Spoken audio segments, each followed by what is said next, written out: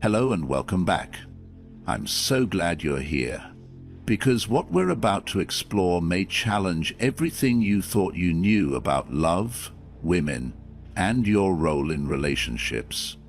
From the time we're young, society tells us a beautiful story, that love will rescue us, that one day a woman will appear and through her affection make us whole. Fairy tales, love songs, and romantic films all echo this promise, that love is a kind of salvation. But is it? What if that story wasn't entirely true? What if love, in reality, is not a rescue, but a negotiation, a mirror, a subtle dance of emotional influence? This video will uncover the deeper patterns often hidden beneath the surface of romantic relationships. Patterns many men sense but few can articulate. This isn't about blame, it's about clarity. It's about stepping out of fantasy and into truth, because only then can real connection begin. So I invite you to stay with me until the very end.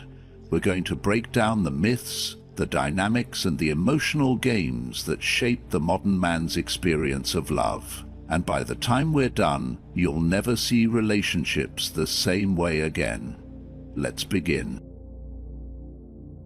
Number 1. Love, a spiritual transaction, not redemption.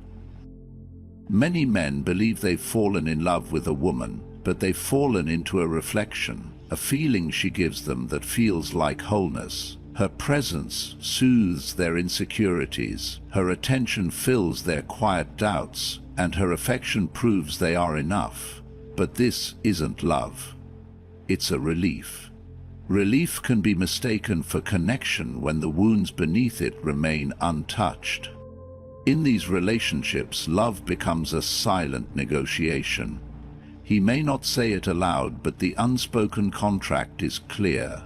If you keep making me feel worthy, I'll give you everything. But this isn't unconditional giving, it's emotional bargaining. He does not love her for who she is, but for how she temporarily makes him forget who he's afraid he is without her. This is where men often lose themselves. They believe devotion equals depth and sacrifice equals sincerity.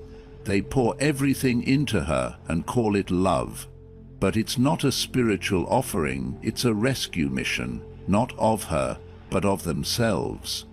The relationship becomes a shield from what they don't want to face, their unhealed parts, buried fears, and unspoken shame. Eventually that pressure becomes too heavy for any relationship to carry, because no woman can be both partner and savior. When the glow fades and the rush softens, he starts to feel the emptiness he tried to outrun again. Then comes the confusion, the disappointments, and the quiet resentment. Not because she changed, but because the fantasy broke. What he thought was love was a longing to feel whole. True love isn't about using another person to silence our inner noise.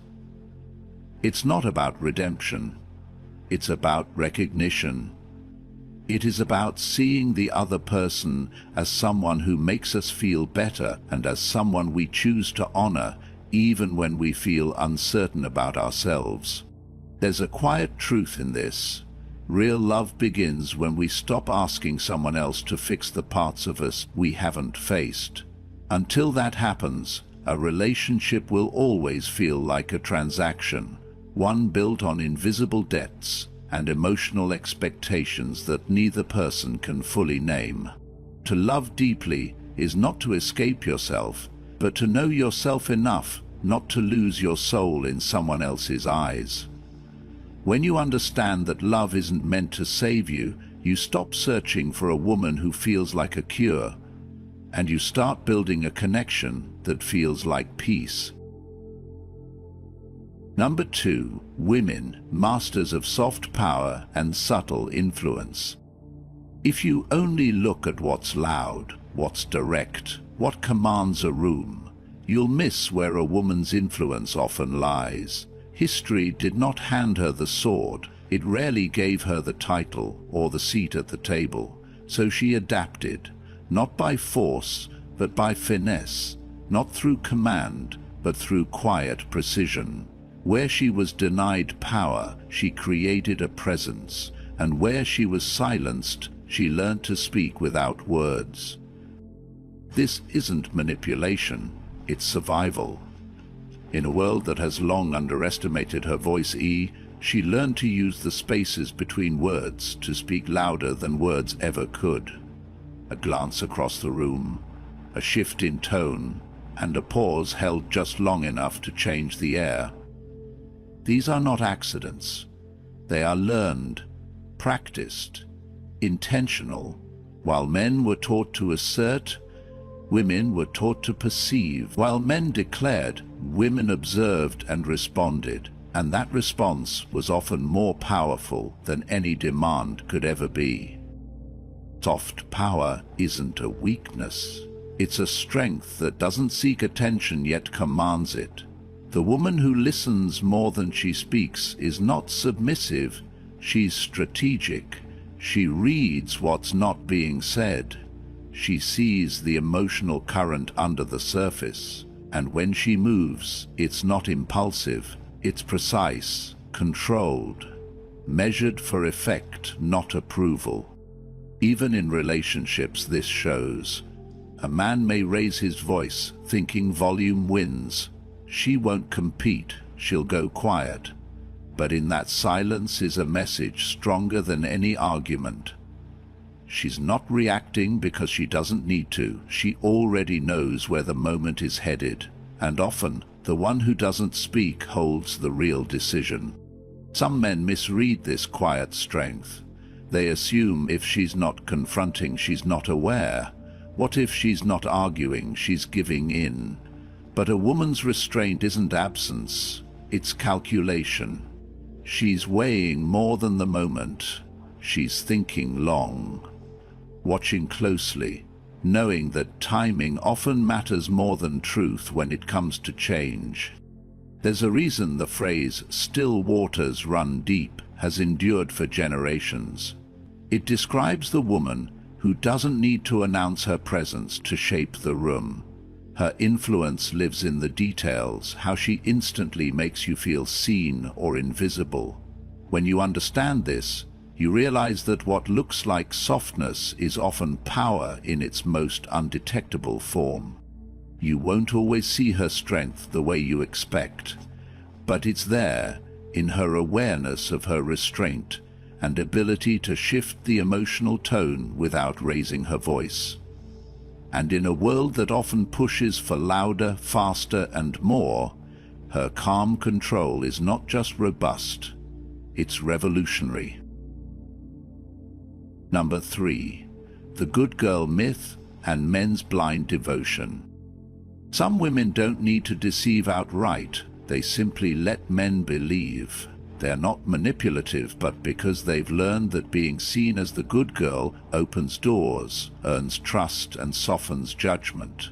It's not always conscious, but it is practiced.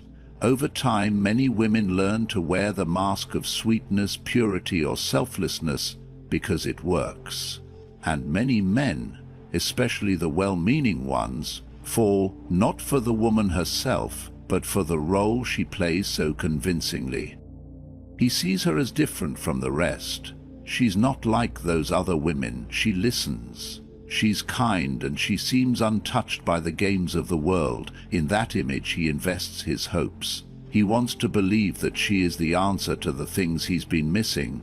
The emotional safety, the loyalty, the unconditional affection. But what he's in love with isn't her. It's his idea of her. A carefully curated illusion, reinforced by her softness, restraint, and gentle mystery. Men often fall hardest when they think they've found someone pure, but purity isn't authenticity, and what's hidden behind the good girl mask is usually more complex, more human, and less idealized than he expects. The truth is, no one is all virtue. No one is untouched by ego, longing, or contradiction. Yet his blind devotion keeps him from seeing what's real. He overlooks the subtle red flags because the story he's telling himself is louder than what's in front of him. This doesn't mean she's dishonest. It means she's performing a role many women are taught to play, a role that makes her desirable, trustworthy, and even sacred. But once the image cracks, and he sees her anger, pride, and hidden need, he feels betrayed, not because she changed, but because he never really saw her. There is a quiet lesson here that too many men learn late. You don't love someone by ignoring who they are. You love them by accepting who they're not. The pedestal isn't a place of love, it's a stage. When the lights go out and the mask slips, what remains is either a real connection or profound disillusionment. To truly love a woman, a man must see beyond the myth he's created around her. He must be willing to love not the role, but the reality, with all its flaws, contradictions, and depth. Only the real woman can hold one, because the good girl may win hearts quickly. Number 4. She doesn't love, she operates.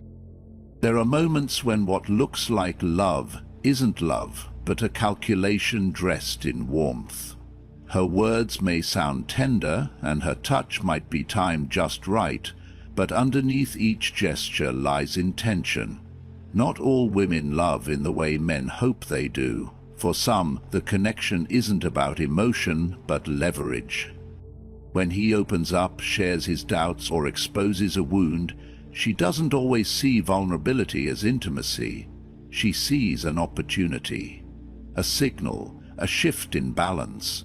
To her, every emotional reveal is a piece of a map showing where control can be gained. Love becomes less about closeness and more about control over who feels more and who needs less. In that dynamic, the need becomes a liability. The one who appears less invested naturally holds the upper hand. She may pull away just enough to keep him chasing, or offer just enough affection to reset his hope. It's not cruel in the traditional sense, it's instinctive. For some women, this isn't manipulation in their eyes, it is survival, emotional positioning in a world that taught them not to trust easily and never to fall without a net. He, on the other hand, confuses effort with connection. He thinks consistency will win her and proving his loyalty will earn hers. But she's not measuring love through effort. She's watching patterns, responses, and weaknesses. She notices how fast he texts back, how easily he gets distracted by silence, and how much he needs reassurance. Slowly, she calibrates her presence to maintain enough imbalance to stay in control. There's a quiet truth here that many men learn too late. The one who holds back sets the pace. And in this kind of relationship, pace is everything. When love turns strategic, it no longer flows. It calculates. It doesn't grow, it adjusts. Every smile, every withdrawal, every moment of sweetness followed by distance isn't random. It's a rhythm designed to keep him slightly uncertain and always more invested than she is. This isn't to say she feels nothing, but the feeling isn't the same as surrender. She may enjoy his attention, miss his presence, and even care in her way, but care is not commitment. And while he's waiting for the relationship to deepen, she's busy managing how deep it gets. Eventually he may realize he's not in a relationship, he's in a negotiation. It is a quiet, ongoing exchange where affection is currency and vulnerability is a cost, and the one who needs less always walks away with more. Number 5. Men willingly surrendering themselves to be loved. There's a story that plays out quietly in many men's lives. It doesn't begin with loud declarations or dramatic decisions. It starts with the soft erosion of boundaries and the small compromises made in the name of love. He tells himself he's devoted, loyal, and selfless. He calls it sacrifice. But what he's doing is slowly disappearing. Men are often taught that love means giving everything, giving time, energy, attention, and even identity. So when he finds someone he profoundly desires, he starts bending. He stops doing the things that made him feel grounded. His goals shift around her schedule, his hobbies fade into the background, and his sense of direction revolves around how she feels and what she needs. He becomes not a partner but an orbiter pulled into her emotional gravity, mistaking it for closeness when it's confusion. He convinces himself that real love requires losing something, and because he fears losing her, he gives more and more of himself away. But love built on fear is not love. It's dependency in disguise. She doesn't always ask him to do this. In many cases, she may not even realize it's happening. But over time, she can feel the imbalance. She may start to lose respect for him without understanding why. The very thing he hoped would bring them closer starts to create distance. A man who loses himself in love becomes hard to see. And when a woman no longer sees the man she admired, his strength, direction, and inner fire, she may feel emotionally unmoored. She wanted to connect, not to be worshipped. She needed a partner, not a shadow. There's a quiet truth many men learn too late. If you give yourself away entirely, you'll have nothing left to be loved for. Real love requires presence, not absence. It's not about shrinking to fit someone else's world. It's about standing beside them on your own. When a man reclaims his sense of self, he doesn't lose love. He creates the conditions where love can thrive. Because the most attractive thing he can offer isn't blind devotion. It's a life she can step into, not one that collapses into hers. Number 6. She doesn't control, she influences. She doesn't raise her voice, and she doesn't issue ultimatums. Her influence works in quieter ways, which are almost invisible at first. He doesn't feel pushed, he feels drawn. Her words are suggestions, not commands, and her tone is soft and never sharp. And yet, slowly, without realizing it, he begins to shift. He starts to reconsider the way he dresses, the way he speaks, and the company he keeps. Not because she told him to, but because he senses what matters to her. Her approval is subtle, never demanded but deeply felt. When she smiles at something he does, it stays with him longer than praise from anyone else. When she withdraws ever so slightly, he notices and begins to adjust. He wants to feel that warmth again, that sense of closeness. This isn't manipulation, it's magnetism. She isn't changing him, he's changing himself, hoping to stay close to what feels meaningful. She creates space for his growth, but quietly shapes its direction. She might say, "I love how you think about things," or "You've got such a calm energy." Suddenly he finds himself living more into that identity. She names qualities he didn't know he had, and he begins to embody them. He doesn't realize how much of his evolution is tied to her presence until much later. In trying to keep her attention, he becomes someone better, or at least someone different. That's the paradox of feminine influence. It's never about force, it's about emotional gravity. She doesn't control his actions, she shapes the atmosphere in which he moves. And in that space he feels both free and led. This dynamic has quiet wisdom. The most powerful changes are the ones we think we made ourselves. When a woman understands this, She never needs to demand anything. Her presence alone becomes a direction. Number 7. When the role ends, a man's collapse of meaning. When a woman stops being who a man believed she was, something more profound than heartbreak happens. It's not just her loss. It's the loss of the story he told himself. He doesn't just grieve the relationship, he grieves the version of her he created and the meaning he attached to her presence. The moment she stops performing the role he silently cast her in, the world he built around her begins to unravel. He might call her cold or accuse her of changing. He might say she gave up too easily or became someone he doesn't recognize. But often he's not mourning who she truly was. He's mourning the illusion he fell in love with. The fantasy is that she would always nurture him, stay soft and understand without asking for too much. And he feels betrayed when she no longer fits that script, asserts herself, sets boundaries, or chooses peace over performance, not by her actions but by her refusal to keep living inside the version of love he needed her to embody. There's a quiet truth men often overlook. Sometimes it's not love that fails, it's expectation. He expected her to always carry his emotions without breaking. He expected her to reflect the version of himself he wanted to believe in. And when she no longer does that, when her silence, distance, or honesty confronts him with reality, he calls it cruelty. But in truth, it's clarity. She stopped pretending. She stopped holding up the weight of his meaning.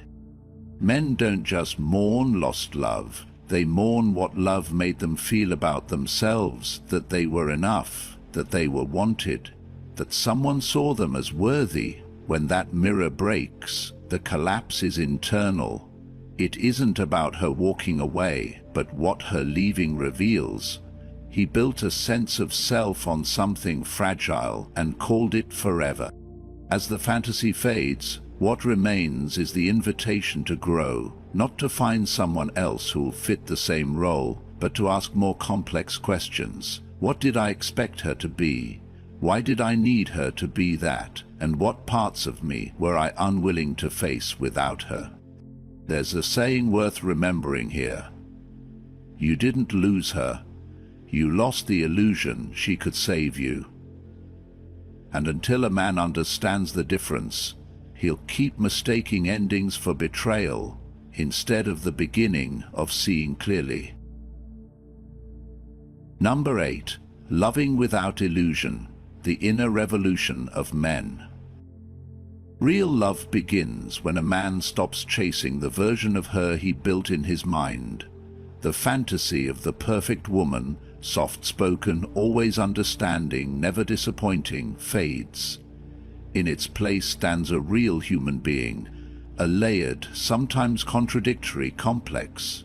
She is not here to complete him or live up to an image he imagined out of longing or loneliness. She is not a savior or a symbol. She is herself. Something shifts inside him when he chooses to love her there without illusion. Something grows. This is where true intimacy begins. Not in perfection, but in presence. Not in chasing, but in choosing. She doesn't have to perform to be loved, and he doesn't have to lose himself to stay close.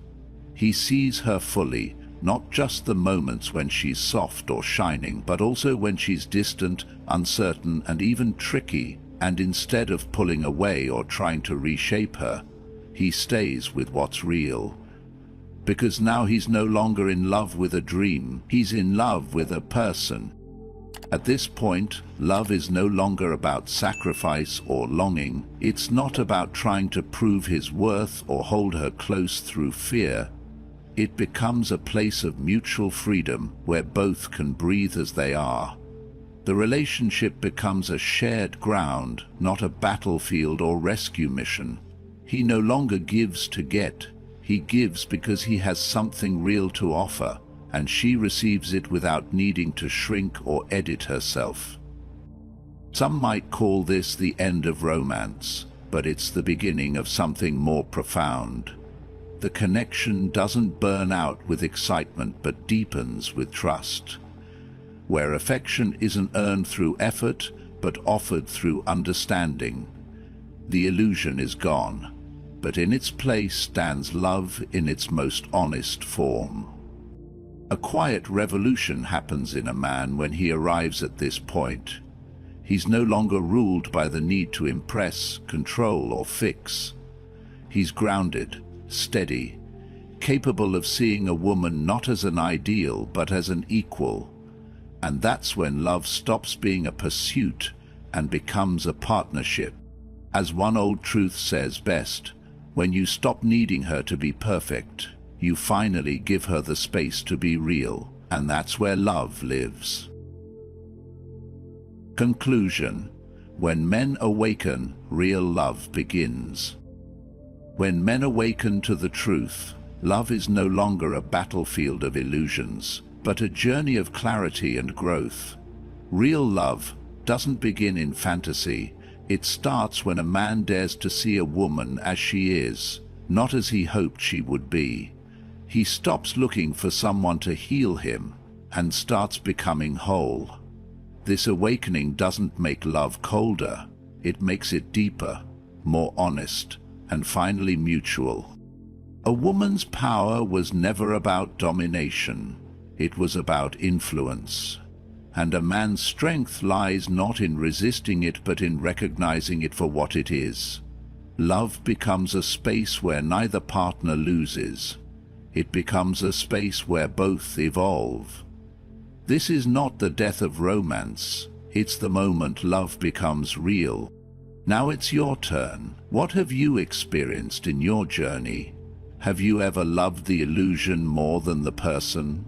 Share your thoughts and stories in the comments. And if this video gave you something to reflect on, don't forget to like, subscribe, and turn on notifications to explore more truths about love, power, and emotional freedom. See you in the next one.